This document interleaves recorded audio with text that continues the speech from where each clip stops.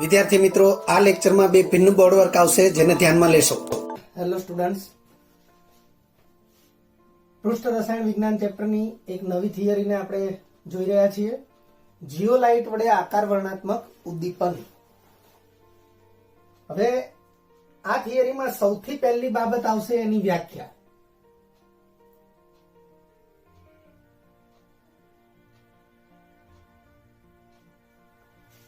ઉદ્દીપન એટલે ઉદ્દીપન કાર્ય છે, ઉદ્દીપન પ્રક્રિયા છે. એટલે આપણે લખીશું જે ઉદ્દીપન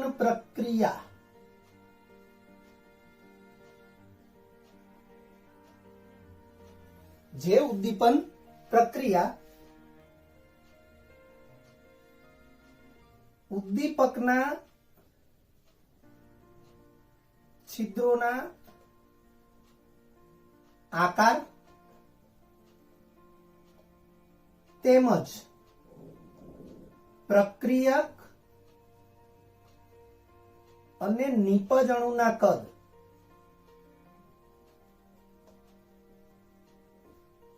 ઉપર આધાર રાખે તેને આકાર વર્ણનાત્મક ઉદ્દીપન કહે છે.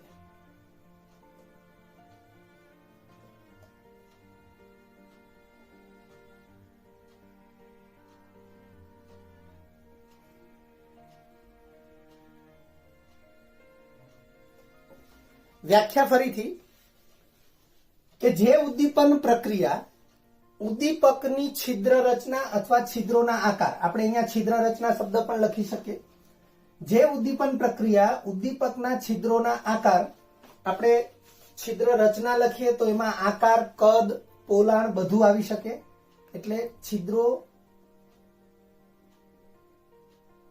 ની રચના એવો શબ્દ પણ ચાલશે. તેમજ પ્રક્રિયક અને નિપજ અણુના કદ ઉપર આધાર રાખે છે. હવે ધારો કે આ કોઈ ઘન ઉદ્દીપકની સપાટી છે અને ઘન ઉદ્દીપકની સપાટી પર આવી રીતે એક છિદ્ર છે જે અંદરના ભાગે પોલાણ ધરાવે છે. પ્રક્રિયક અણુઓ A અને B છે. છિદ્રાળુ ઉદ્દીપક હોય એટલે છિદ્રની અંદરના ભાગે પણ જે સપાટી છે એ સપાટી એ અધિશોષણ માટે પ્રાપ્ય સપાટી જ ગણાય. એટલે ધારો કે A અને B ના કદ અનુક્રમે X અને Y છે, તો આ છિદ્ર રચના, ધારો કે A નું કદ એ આટલું છે અને B નું કદ છે એ આટલું છે. A અને B એ પ્રક્રિયક અણુઓના કદ એ આ છિદ્રની અંદર સરળતાથી દાખલ થઈ શકે એટલા નાના છે. તો આ ઉદ્દીપક એ આ પ્રક્રિયકો માટે એ કામમાં આવશે, નહીતર એ કામમાં આવશે નહીં. હવે આ A અને B પ્રક્રિયક અણુઓ એ આની અંદર દાખલ થઈ અને સપાટી ઉપર અધિશોષણ પામે. હવે જે A અને B એકબીજા સાથે પ્રક્રિયા કરી અને નિપજ બનાવે.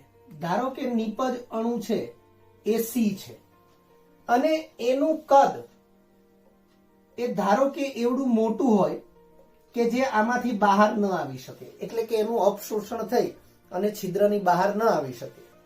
તો આ ઉદ્દીપક એ આ પ્રક્રિયા માટે આપણે વાપરી શકતા નથી. કહેવાનો અર્થ કે પ્રક્રિયક અણુઓના કદને અનુરૂપ છિદ્ર રચના હોવી જોઈએ. પ્રક્રિયક અણુઓ સરળતાથી દાખલ થઈ શકે તેમજ બનતી નિપજ નો અણુ પણ એ સરળતાથી બહાર આવી શકે એ પ્રમાણેની છિદ્ર રચના હોવી જરૂરી છે. બીજી બાબત લખી છે કે પ્રક્રિયક અને નિપજ અણુના કદ. ધારો કે પ્રક્રિયક અણુઓ દાખલ થઈ શકે છે પણ નિપજ અણુનું કદ એવડું મોટું છે કે એ બહાર આવી શકતા નથી, તો પછી એ ઉદ્દીપક એ પ્રક્રિયા માટે વાપરી શકાતો નથી. એટલે આવી તમામ બાબતોને આવરી લેતું ઉદ્દીપન કાર્ય છે. એટલે ફરીથી જુઓ, જે ઉદ્દીપન પ્રક્રિયા ઉદ્દીપકના છિદ્રોની રચના, એટલે છિદ્રોના કદ, છિદ્રોના પોલાણ એ એટલા સફિશિયન્ટ હોવા જોઈએ કે પ્રક્રિયક અણુઓ એ જે કદના છે એ સરળતાથી અંદર દાખલ થઈ શકે, તેમજ નિપજ અણુ બને અને એનો જે કદ હોય એ કદ ધરાવતી નિપજ એ સરળતાથી છિદ્રમાંથી બહાર પણ આવી શકે. તો એ પ્રમાણેની છિદ્ર રચના હોવી જોઈએ અને છિદ્ર રચનાને અનુરૂપ સામે પ્રક્રિયકો અને નિપજ અણુઓના કદ પણ હોવા જોઈએ. જો આટલી બાબતમાંથી કોઈ એક શરતનું પાલન નથી થતું તો એવી ઉદ્દીપન પ્રક્રિયા માટે જે તે ઘન ઉદ્દીપક એ ઉપયોગમાં આવશે નહીં. એટલે ફરીથી જોઈ લઈએ. જે ઉદ્દીપન પ્રક્રિયા, ઉદ્દીપકના છિદ્રોની રચના તેમજ પ્રક્રિયક અને નિપજ અણુના કદ ઉપર એમ બંને બાબત ઉપર આધાર રાખે છે તેને આકાર વર્ણનાત્મક ઉદ્દીપન કહે છે. અને તેવા ઉદ્દીપકને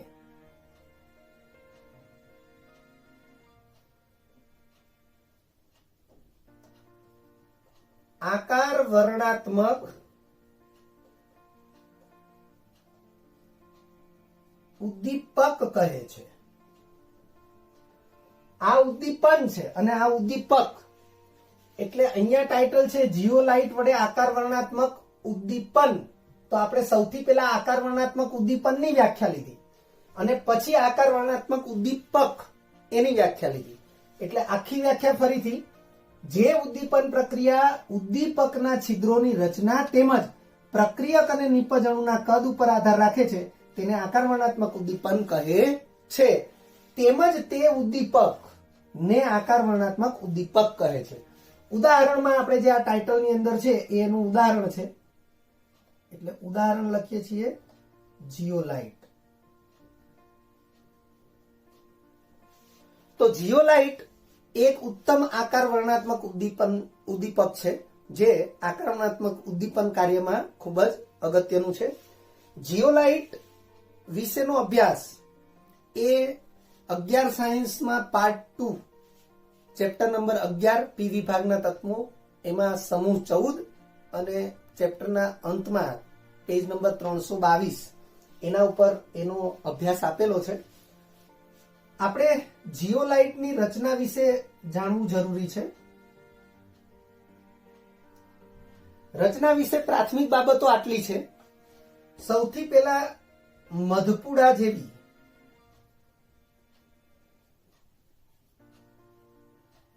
જાળીદાર રચના છે. જીઓલાઇટની રચના મધપુડા જેવી જાળીદાર છે. પછી રાસાયણિક દ્રષ્ટિએ કયો પદાર્થ છે? તો રાસાયણિક રીતે એલ્યુમિનોસિલિકેટ છે.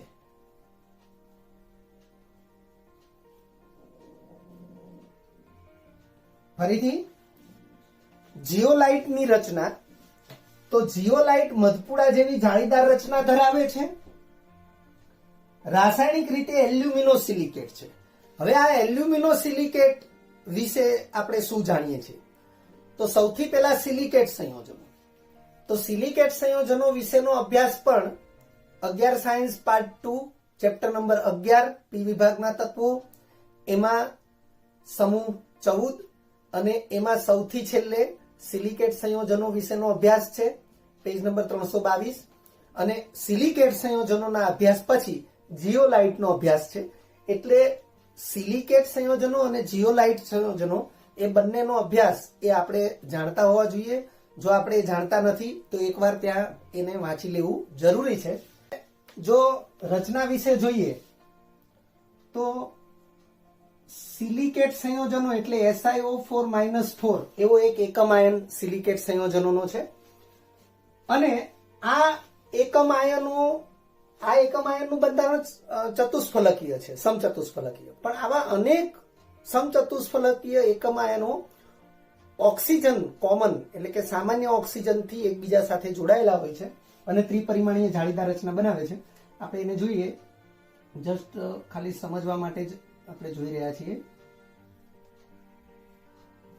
કે આ SiO4-4 સિલિકેટ આયનનું માળખું છે, ચતુષ્ફલકીય જાળી.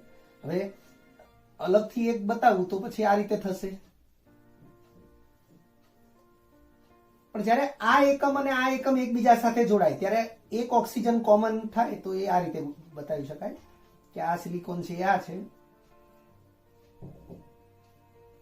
તો આ પ્રમાણે સિલિકેટ આયનો, આને સિલિકેટ આયન કહેવાય, જે સિલિકેટ સંયોજનો માટે પાયાનો એકમ છે.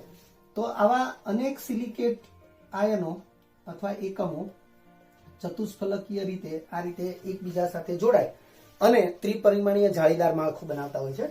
હવે આ સિલિકેટ સંયોજનોની વાત છે, પણ એમાં અમુક એસઆઈ એટલે કે સિલિકોન પરમાણુના વિસ્થાપન એલ્યુમિનિયમ પરમાણુ વડે થયેલા હોય છે.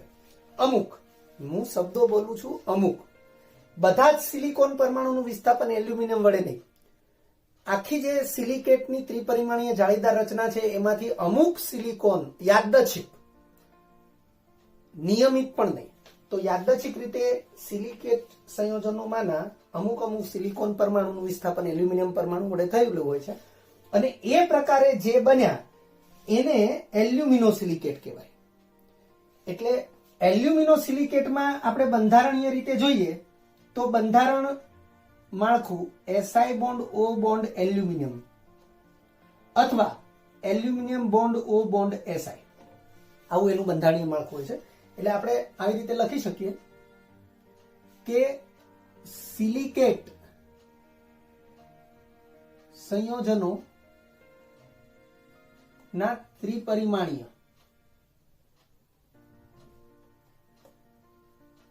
જાળીદાર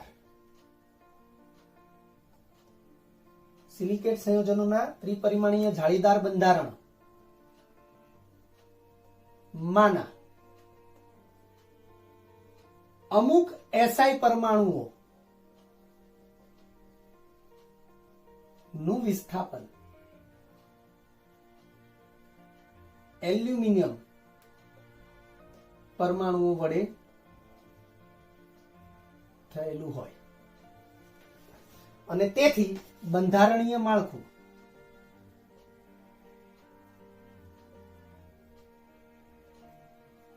aluminium bond O bond SI થશે અથવા તો SI bond O bond aluminium થશે. એટલે આ પ્રકારે સિલિકેટ સંયોજનો અને એલ્યુમિનો સિલિકેટ સંયોજનો એટલે કે જીઓલાઇટ બંને વિશેનો અભ્યાસ એ 11 સાયન્સમાં મેં કીધું એ પ્રમાણે ચેપ્ટર નંબર 11 પાર્ટ 2 મતલબ કે ટેક્સ્ટબુક, બે ટેક્સ્ટબુક છે એમાં ટેક્સ્ટબુક પાર્ટ 2 એની અંદર ચેપ્ટર નંબર 11માં આનો ઉલ્લેખ છે અને આનો વિશેષ અભ્યાસ પણ છે. તો એ અભ્યાસ પણ આપણે કરી લેવો જરૂરી છે.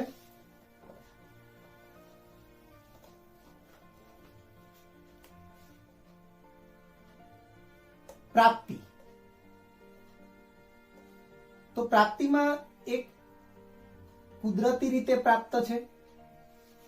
હવે કુદરતી રીતે પ્રાપ્ત છે બધા જ જીઓલાઇટ એ આકાર વર્ણનાત્મક ઉદ્દીપન માટે યોગ્ય છે અથવા તો કામમાં લાગે છે એવું નથી.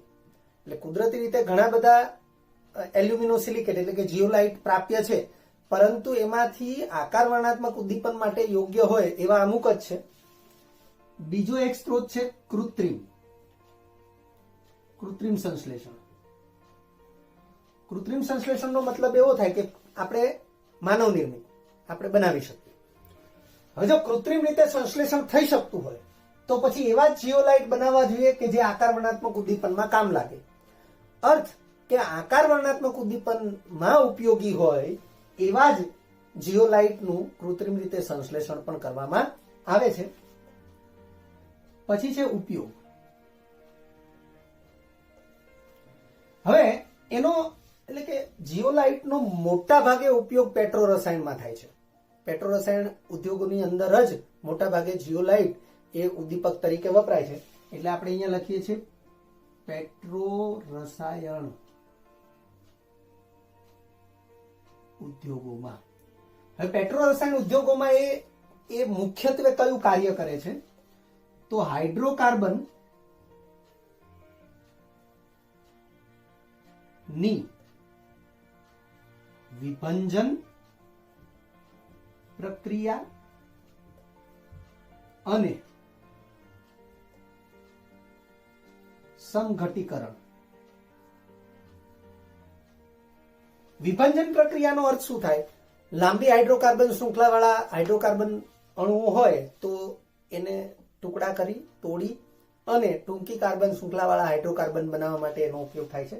સમઘટીકરણ એટલે પ્રક્રિયક તરીકે જે હાઇડ્રોકાર્બન હોય નિપજ તરીકે એનો સમઘટક મળે.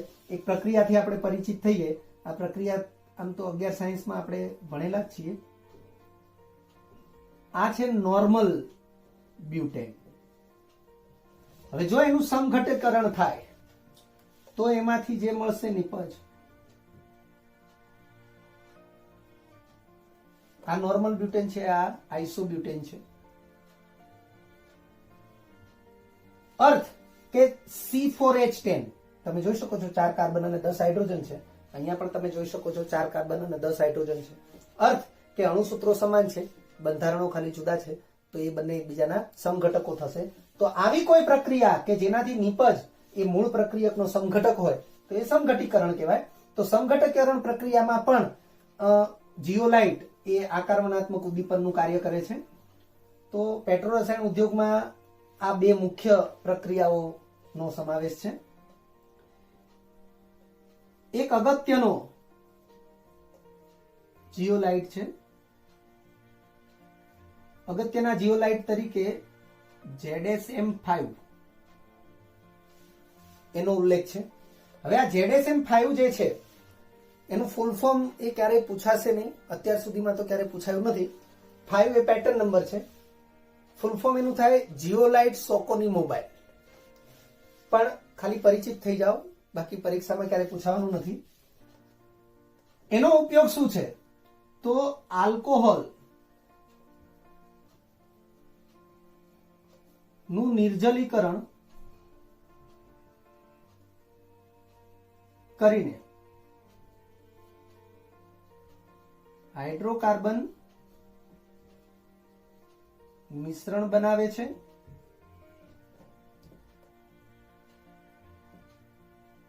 ત્યારબાદ તેને આ જે હાઇડ્રોકાર્બન મિશ્રણ છે તેનું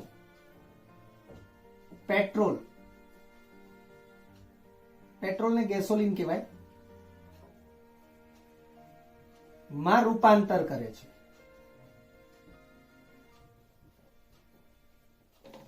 એટલે એક અગત્યનો જીઓલાઇટ ZSM5 છે જે આલ્કોહોલનું નિર્જલીકરણ કરીને હાઇડ્રોકાર્બન મિશ્રણ બનાવે છે અને અંતે તે હાઇડ્રોકાર્બન મિશ્રણનું પેટ્રોલમાં રૂપાંતર કરે છે. વિદ્યાર્થી મિત્રો, આપણે એવું જાણીએ છીએ કે પેટ્રોલિયમના વિભાગીય નિસ્યંદનથી આપણને પેટ્રોલ, ડીઝલ આવા બધા ઈંધણ એટલે કે બળતણ મળે છે, પરંતુ એ જરૂરિયાત જેટલા પર્યાપ્ત હોતા નથી, કારણ કે એની માંગ વધારે છે અને સામે પેટ્રોલિયમના વિભાગીય નિસ્યંદનથી મળતા પેટ્રોલ, ડીઝલ એ બધા ઘણા ઓછા છે. તો એવા સંજોગોમાં જરૂરિયાત જેટલી માંગને પહોંચી વળવા માટે આ પ્રકારે અન્ય કાર્બનિક જે પદાર્થો છે અથવા રસાયણો છે એમાંથી આવી કોઈ પ્રક્રિયાઓ દ્વારા પણ પેટ્રોલ મેળવવામાં આવે છે. તો એવી એક પ્રક્રિયામાં ZSM5 જે જીઓલાઇટ છે, બરોબર છે, એ આલ્કોહોલની નિર્જલીકરણ પ્રક્રિયા કરીને હાઇડ્રોકાર્બનનું મિશ્રણ બનાવે છે અને તેનું અંતે ગેસોલિન એટલે કે પેટ્રોલમાં રૂપાંતર કરે છે. આમ આ જીઓલાઇટ વડે આકર્ષણાત્મક ઉદ્દીપન એ જે થિયરી છે એ વ્યાખ્યા, ઉદાહરણ, રચના, પ્રાપ્તિ અને ઉપયોગ એવા 5 ભાગમાં આપણે સમજી શકીએ છીએ. લેક્ચરના અંતમાં એક બીજું બોર્ડ વર્ક તમને બતાવવામાં આવશે. એની અંદર આખી થિયરી મુદ્દાસર લખેલી છે. આ ફક્ત સમજવા માટે આપણે એને પાર્ટ વાઇઝ લખેલી છે. વિદ્યાર્થી મિત્રો, જો તમને આ વિડીયો લેક્ચર ગમ્યો હોય તો લાઇક આપજો, શેર કરજો અને સબસ્ક્રાઇબ પણ કરજો. અગાઉની થિયરીનું રિવિઝન અને પાઠ્યપુસ્તકનું વાંચન કરતા રહેજો. આ થિયરી અંગે કોઈ પણ ડિફિકલ્ટી હોય તો મને વોટ્સઅપ કરી શકાય. આભાર. ફરી મળીશું નવા વિડીયો લેક્ચરમાં.